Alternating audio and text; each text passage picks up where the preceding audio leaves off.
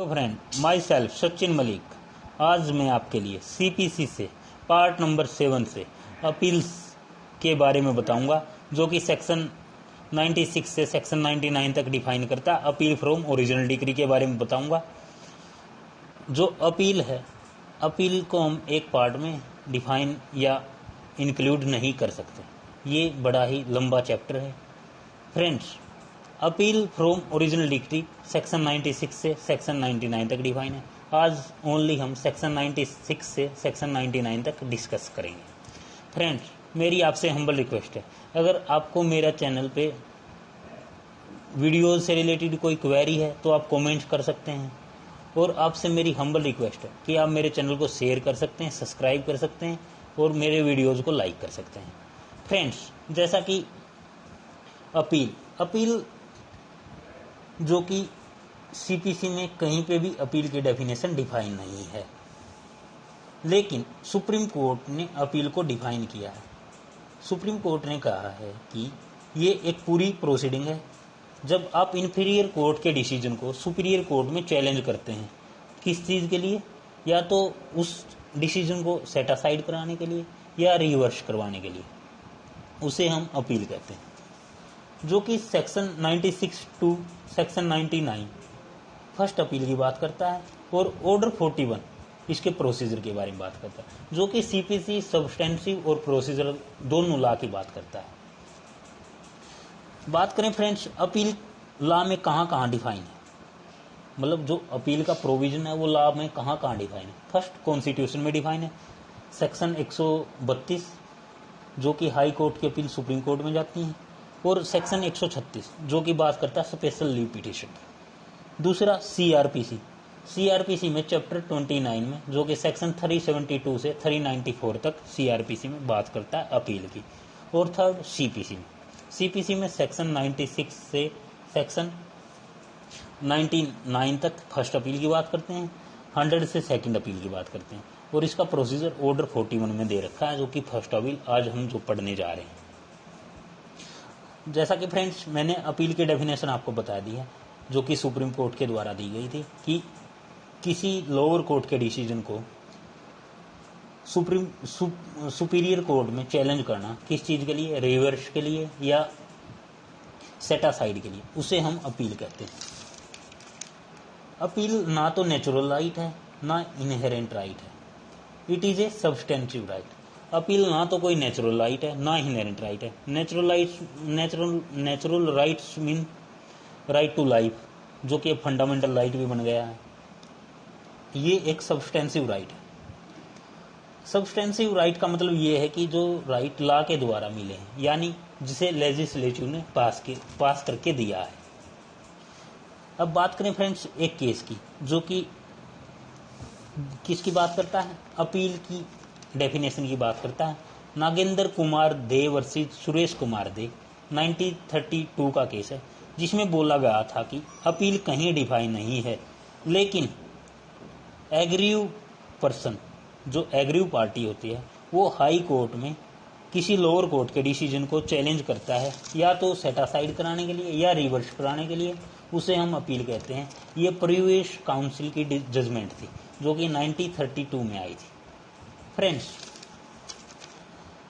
अब बात करें इसेंशियल ऑफ अपील के, कि मतलब क्या क्या चीज़ें नेसेसरी हैं, क्या क्या ग्राउंड हैं जो अपील के लिए ज़रूरी होते हैं फाइल करने के लिए। फर्स्ट, डिसीजन और order of court of original decision, कि किसी कोर्ट का ऑर्डर होना चाहिए या कोई डिसीजन होना चाहिए, किसका? जो कि लोअर कोर्ट होती है, ओरिजिनल जुरिडिक्शन का, उसका ओरिजिनल डिसीजन होना चाहिए। सेकंड, डिक्री होनी चाहिए, कोई जजमेंट आती है उसके साथ डिक्री आती है, तो डिक्री होनी नेसेसरी है।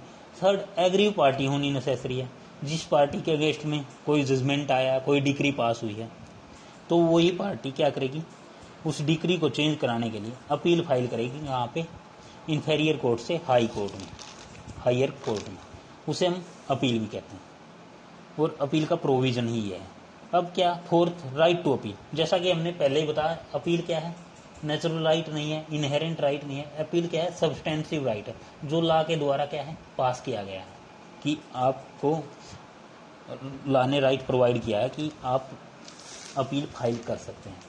और जो कि दूसरा जो कि इसका 5th पॉइंट है, नोट बार्ड बाय लॉ, जो कि मोस्ट इंपॉर्टेंट है कि लॉ के द्वारा बार्ड नहीं होना चाहिए। यानी लॉ ये है कि कोई लॉ में ये स्पेशली बात नहीं बोल रखी कि आप अपील फाइल नहीं कर सकते, मतलब कोई लॉ ऐसा नहीं होना चाहिए कि लॉ के द्वारा बार्ड नहीं होनी चाहिए, note barred by law.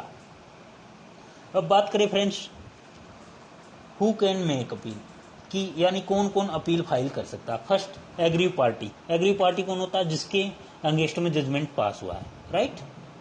Second, person authorized by aggrieved party, कि एग्रीव पार्टी ने किसी पर्सन को अपने बिहाफ पे अथोराइज कर दिया, वो बंदा भी अपील फाइल कर सकता है। Legal representative in case of minor, कि माइनर के केस में लीगल रिप्रेजेंटेटिव होते हैं, वो अपील फाइल कर सकते हैं।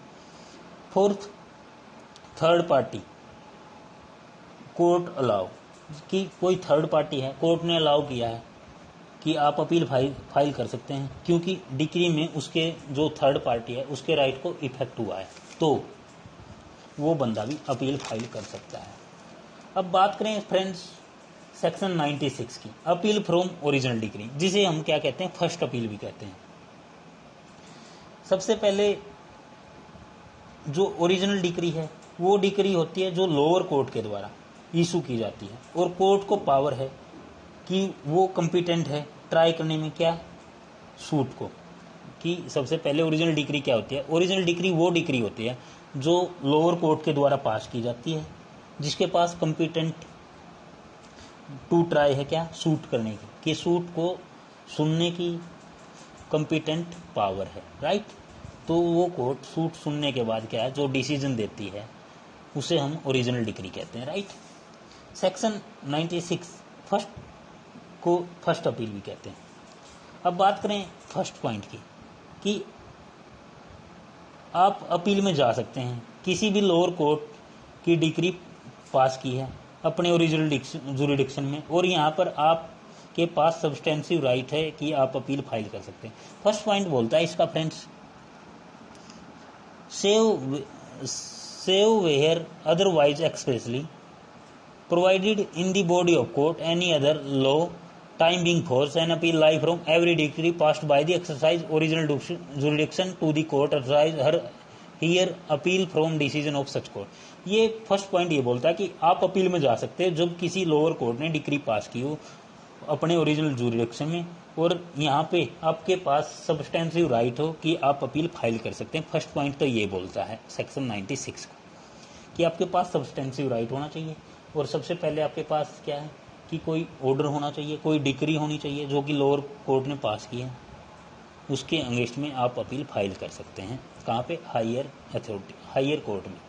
सेकंड बोलता है एक्स पार्टी ऑर्डर के अगेंस्ट में भी आप अपील फाइल कर सकते हैं। An appeal may lie from original decree past x party, कि आप किसी कारण के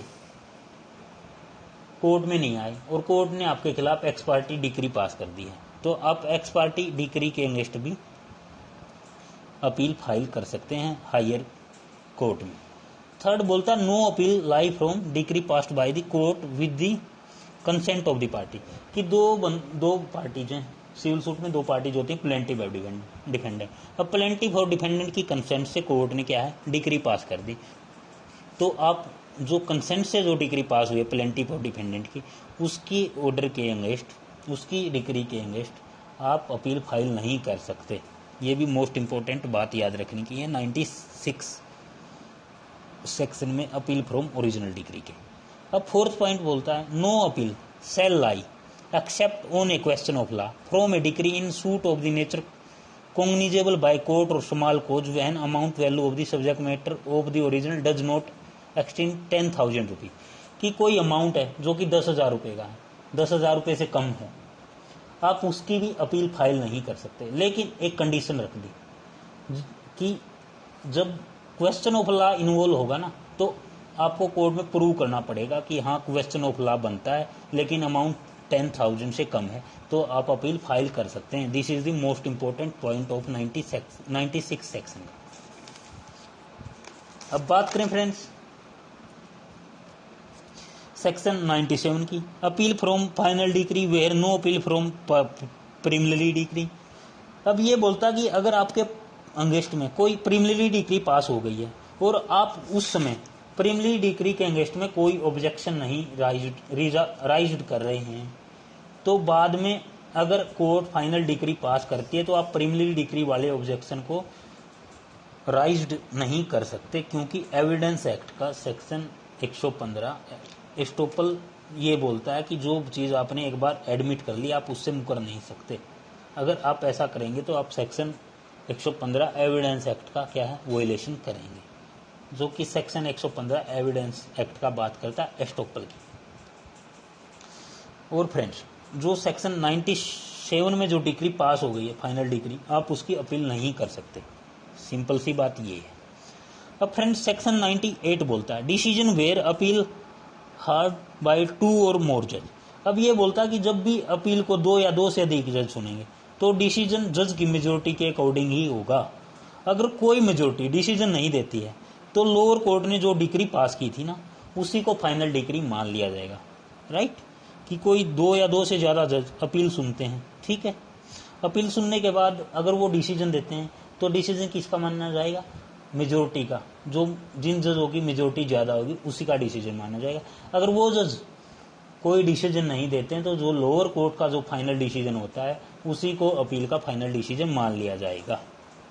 सिंपल सी सेक्शन 98 यही बात करता है। अब बात करें फ्रेंड्स सेक्शन 99 की। No decree to be reversed or modify for error or irregularity not affecting merits or jurisdiction. ये कहता कि आप किसी डिक्री को रिवर्स, वेरी या मॉडिफाई नहीं कर सकते इस ग्राउंड पे कि उसमें कोई एरर है, रेगुलरिटीज हैं, जब तक उसमें उस केस में merit of case and jurisdiction पर कोई इफेक्ट नहीं पड़ता है। कहने का मतलब ये है कि कोई डिक्री है पास की गई है कोर्ट के द्वारा, लोअर कोर्ट के द्वारा, उसमें क्या है कि कोई एरर है या कोई एरर, मॉडिफाई, रिवर्स या इरेगुलरिटीज और अफेक्टिंग मेरिट्स और जुडिक्शन। कहने का मतलब ये है कि आप उस डिक्री में कोई भी मॉडिफाई, रिवर्स नहीं कर सकते जब तक वो डिक्री किसी जुडिक्शन पे इफेक्ट नहीं डाल रही होती या किसी केस की मेरिट पे कोई इफेक्ट नहीं डाल रही होती, तब तक आप उसमें कोई डिक्री में क्या है रिवर्स नहीं कर सकते, मॉडिफाई नहीं कर सकते, कोई एरर है तो। लाइक कोज ऑफ एक्शन है जिसे जुडिक्शन पे कोई फर्क नहीं पड़ता। फॉर एग्जांपल कोई कोज ऑफ एक्शन है, सबसे पहले सूट होता है जो सिविल सूट, उसमें कोज ऑफ एक्शन देखते हैं कि क्या कोज ऑफ एक्शन बनता है। तो कहने का मतलब है जो कोज ऑफ एक्शन होता है ना, जिसका जुरिडिक्शन पर कोई फर्क नहीं पड़ता है, कहने का मतलब है कि छोटी मोटी गलतियों मॉडिफाइड नहीं कर सकते जब तक डिसीजन पे, मतलब केस की मेरिट्स पे या क्या बोलते हैं जुरिडिक्शन पर कोई इफेक्ट ना पड़ता हो, तब तक कोर्ट क्या है उस डिक्री को मॉडिफाई नहीं करेगी, रिवर्स नहीं करेगी, एरर दूर नहीं करेगी। ये बात थी फ्रेंड सेक्शन 96 से सेक्शन 99 तक की। उम्मीद करूंगा आपको मेरा लेक्चर अच्छे से समझ में आया होगा। फ्रेंड्स, अगर आपको मेरे लेक्चर से कोई क्वेरीज हैं तो आप कमेंट कर सकते हैं, और मेरी आपसे हम्बल रिक्वेस्ट रहती है फ्रेंड्स कि आप मेरे लेक्चर को पूरा सुनिए। अगर आपने स्टार्ट में लेक्चर सुन लिया, उसको छोड़ दिया बीच में, तो आपको कुछ समझ नहीं आएगा। पूरे लेक्चर को सुनिए, फिर कमेंट कीजिए, मेरे वीडियोज़ को लाइक कीजिए, अपने फ्रेंड्स में शेयर कीजिए, मेरे चैनल को सब्सक्राइब कीजिए अगर आप मेरे चैनल पर नए हैं तो। फ्रेंड्स, एक बार मैं दोबारा से आपको सिंपली वे में बता देता हूँ कि जो original appeal from original decree इसे क्या बोलते हैं, फर्स्ट अपील भी इसे बोलते हैं। ये सेक्शन 96 से सेक्शन 99 तक डिफाइन है, और ऑर्डर 41 में भी इसका प्रोसीजर डिफाइन है। यहाँ पे सब्सटेंसिव बात करता है, वहाँ पे प्रोसीजर की बात करता है। और जो अपील है, अपील सीपीसी में जो अपील की डेफिनेशन कहीं डिफाइन नहीं है। प्रोसीजर की बात करता है, सब्सटेंसिव प्रोसीजर की बात करता है, और सब्सटेंसिव लॉ की बात करता है। कॉन्स्टिट्यूशन CRPC में भी अपील दे रखी है। Thank you so much friend.